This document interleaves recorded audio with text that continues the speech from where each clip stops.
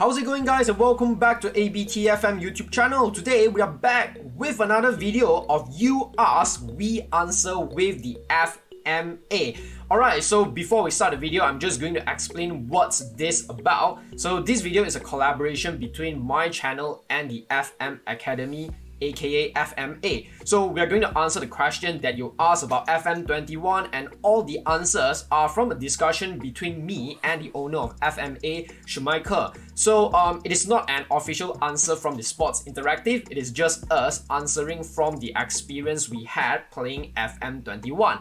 Alright, so what's FMA? So the FMA is a Discord server that gathers a lot of FM gamers. So if you want to share your save, ask for tactics, advice, or even talk about football in real life, feel free to join the Discord server. Also, we'll be doing this Q&A session every single month. So feel free to join the Discord server, and I will put the link down in the description box below. So come in and just hang out with us. So alright, before we start the video, make sure you hit the subscribe button, smash that like button, as well as we are pushing towards 250 subscribers. And hopefully we can achieve this milestone very soon. Alright, so subscribe to the channel now and hit the bell to get notified so you wouldn't miss out any of my video.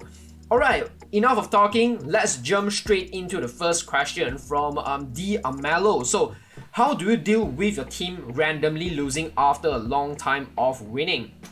Okay, so the answer to this question, first, keep calm and trust in your tactics. Yes, the mistake that a lot of people make is actually starting to melt down, make irrational decisions, and changing the tactics in unreasonable ways. So your tactics, working or not working, should not come down to this one result, okay? So neither should your team selection be completely changed because of this one bad result. So if your players have performed in the other matches, so don't let this one single match define them. So those are the assessment you make independent from one or a few bad results. So rather make sure that the morale in the squad is being managed well, that your team selection is solid, and that you as a manager, you should keep calm. So the bad result might have been unlucky, or it might have been your players not playing well in this particular match, or even the opponent tactics is actually better than yours in this one, so you lost the game. Alright, just look at Liverpool, look at Manchester City, even the previous Champions League winner like Bayern Munich, they all lost games. So no one is born with an understanding of football, and no one gets it from just having played the game or watched a few matches. So just keep calm, and then don't make irrational decision. And then another suggestion that I'll give you is, I mean, this is a more personal one. So for me personally, is to actually take care of team talk and the press conference yourself. So yeah, I know a lot of FM players, you guys just give this responsibility to the assistant manager, but I personally find it very useful to ask my player to stay calm and not get complacent after winning like 5 games in a row, and then or before going into a big game. I tend to be a little bit more cautious in the press conference. Yeah, try not to praise the opposition manager too much or their players too much. Yeah, so these are also some little small things that could keep your form. So yeah, I hope that answers your question. Alright, second question, how do you get the most out of a libero and when it is suitable to use one on attack? Alright, so the first step is actually finding someone who can play as a libero. So some of the suggestions right here are Sandro Tonali, Aymeric Laporte, Rodri, John Stone, Fabinho, Virgil van Dijk, but there are still many more out there. Okay, so right now on my screen, as you can see, I am with Liverpool, and I'm just going to show you Virgil van Dijk right here. Okay, so Virgil van Dijk is arguably the best defender right now in the world football. Okay, so the key is finding someone who is both an excellent defender and an excellent passer. So all the attributes that you are looking here is positioning, jumping reach, tackling, marking, concentration, anticipation, strength, heading, acceleration, pace, bravery, passing, first touch, composure, vision, technique, decision.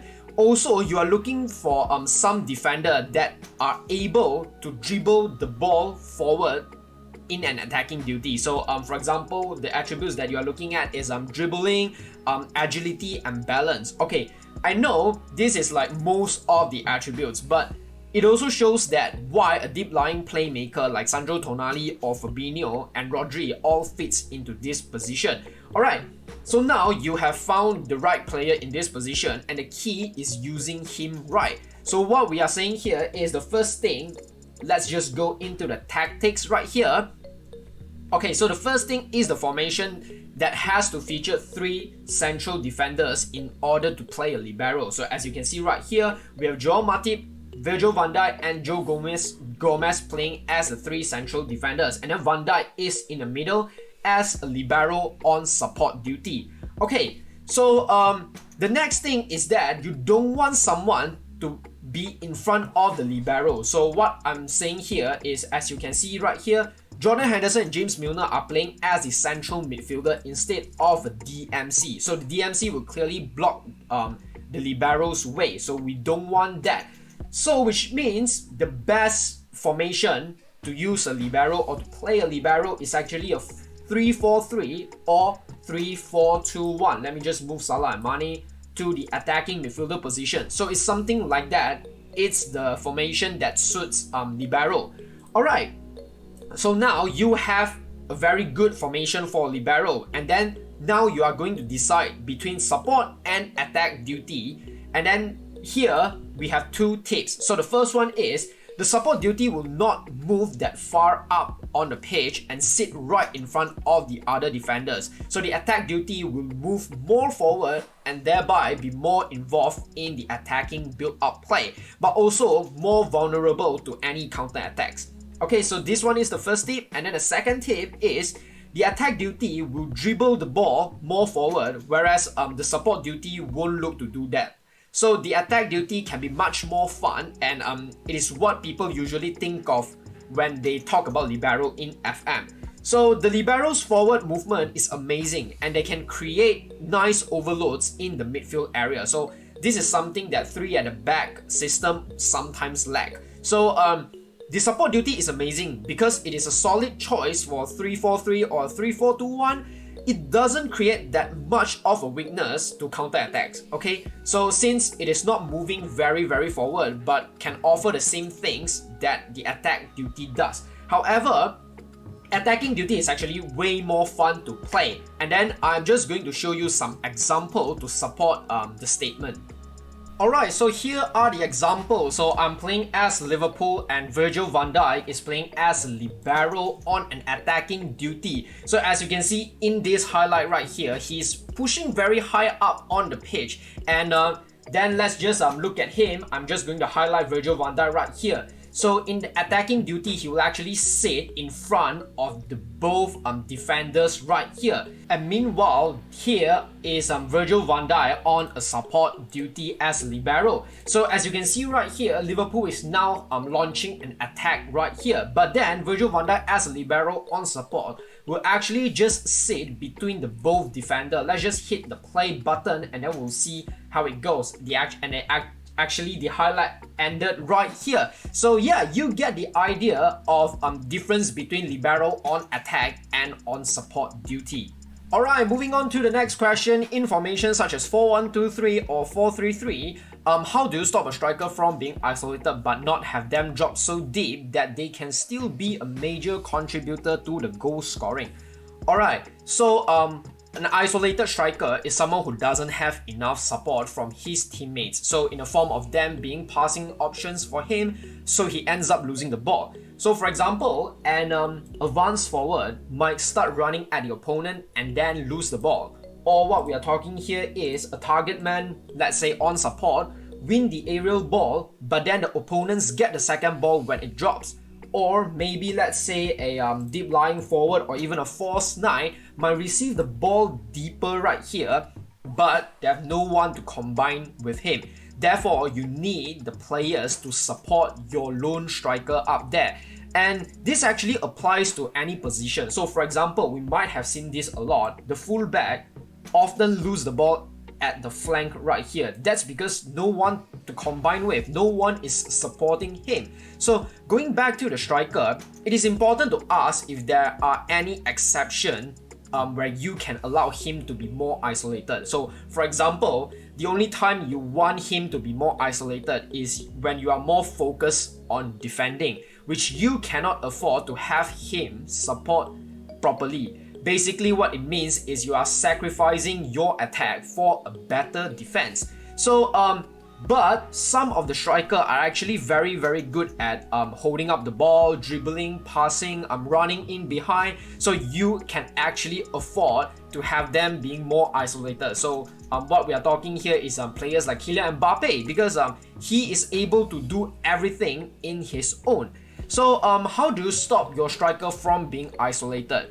Here you actually have to think about the striker and the players around him. So the first question you are going to ask yourself is the striker playing a role that looks to hold up the ball? Then he can bring his teammate and become less isolated. So what we are talking is maybe players like a target man on support. He'll be holding the ball in the deep area and then bringing in the two inside forward into the box.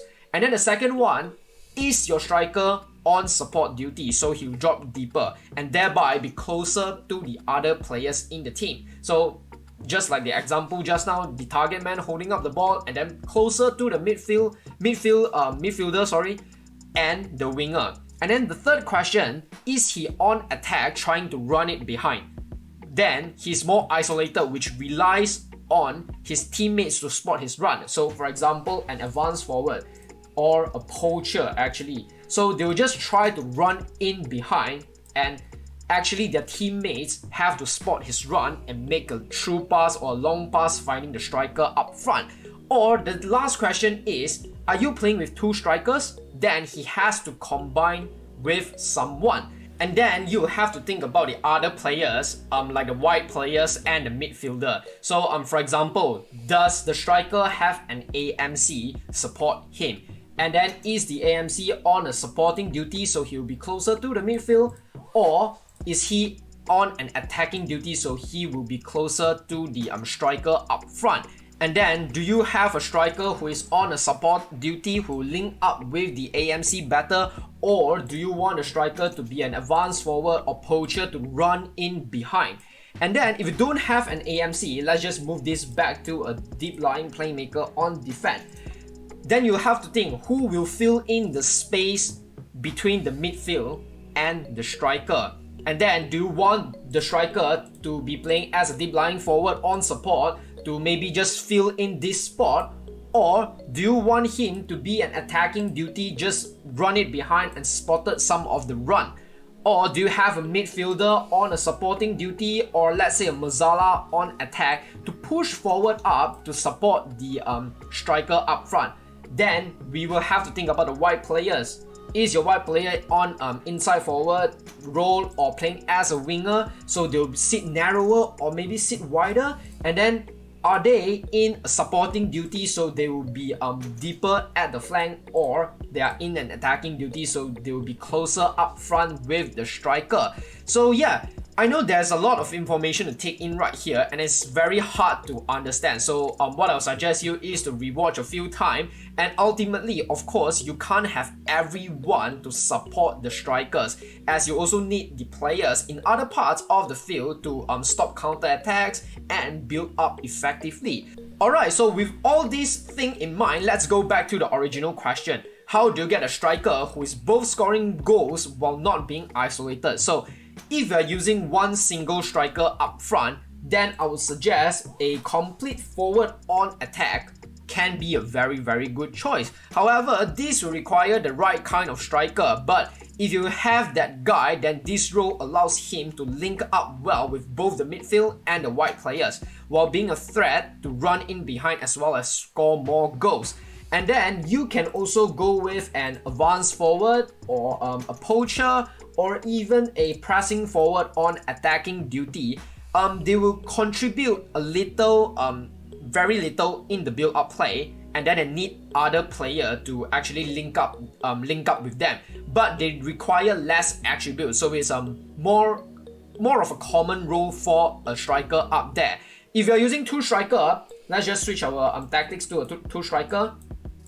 Alright, so if you are playing a two striker, then play an advanced forward or a poacher alongside a target man or a deep lying forward on support duty would be a very great approach. Well, I hope that answered your question. This is a very big one, and then sorry if I'm not clear with the answer, but then you get the idea, and then I'll suggest you just to rewatch and re-listen a few more times. Okay, next up we have, I have struggled personally for making tactics, is struggling to know whether to use a higher tempo or a lower tempo. When should you use each tempo respectively, and what is their pros and cons? Alright, so knowing when to use a higher tempo and a lower tempo can be one of the most important choices for building up your tactics. So it defines a lot about the style of play. So if you are using a lower tempo and shorter passing directness, in fact I'm just going to show you, if you are using a shorter passing directness and slow tempo,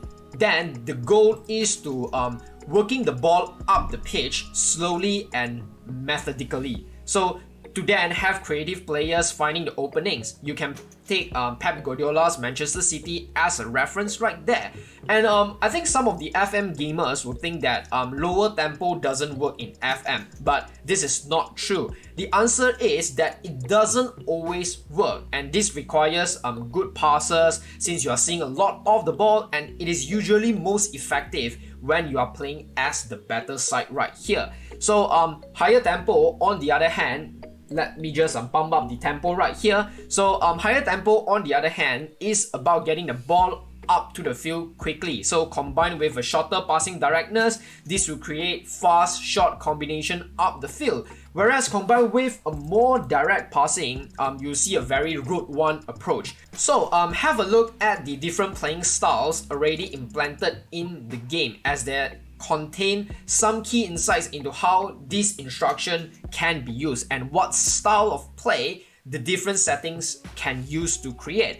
And then of course you can also make changes to your tempo when you go into the game as well. Say if you start with a higher tempo with shorter passing directness and you realize that your team is giving the ball away too much, in this particular case you can actually try to lower down the tempo, as it tells the players to be more cautious, to hold more possession and not looking to pass the ball with one-touch football. Even you are the weaker side, it might work well for you in this case. So I think it all really depends on what kind of football you want to play. So yeah, hope that answers your question.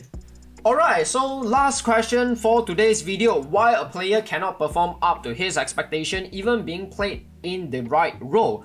Alright, great question. And there are multiple explanations of why this could be. So the first one is he isn't being played in the right position, role, duty or system. Just because you think you are playing him in the right everything doesn't mean that you are actually doing that. So this can therefore be an opportunity for you to learn. Maybe you have misjudged him, maybe you are not considered that your style of play requires another kind of player.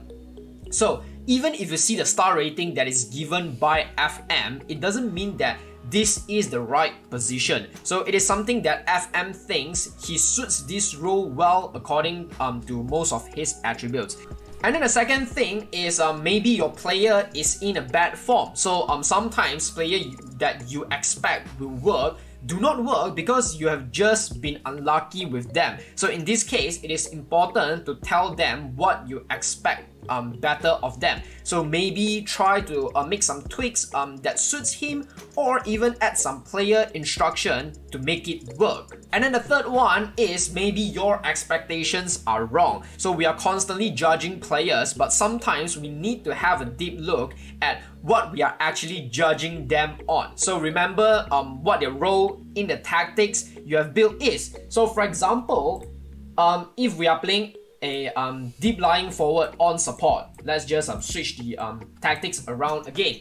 So let's say we are going to play a striker as a deep lying forward on support duty. And a deep lying forward on support duty isn't just about scoring goals. It is also about linking the play. So arguably the most important part of any tactics is the transition. So you need good successful transition for it to work. But the key players for getting this transition to work aren't always the one getting goals or assists. Or maybe shiny ratings and big goals and assist tallies. So remember that things like clean sheets for defender and goalkeepers, assist and goal inflate ratings to a misleading degree. So the fourth thing is maybe the expectation were right, but the assessment of the players was wrong. So maybe the player actually isn't that good, so what you expect from him is reasonable, but your judgment of his attributes was wrong. So all these answers revolve more around you as the manager than the player himself. So this is because you are the one who can change these things, and the player is just some number in the game if you are being totally honest. So take the responsibility by also to a certain degree taking the blame yourself. So now after all this, you're ready to do something about it, but if you're unsure which one of the causes is the one that applies to your situation,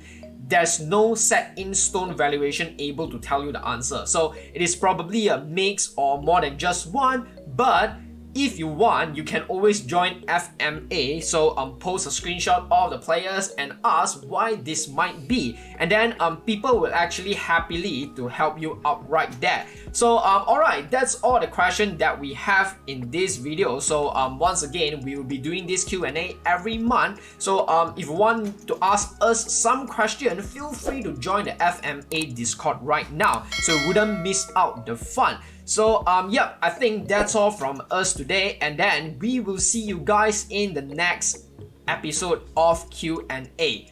Bye bye.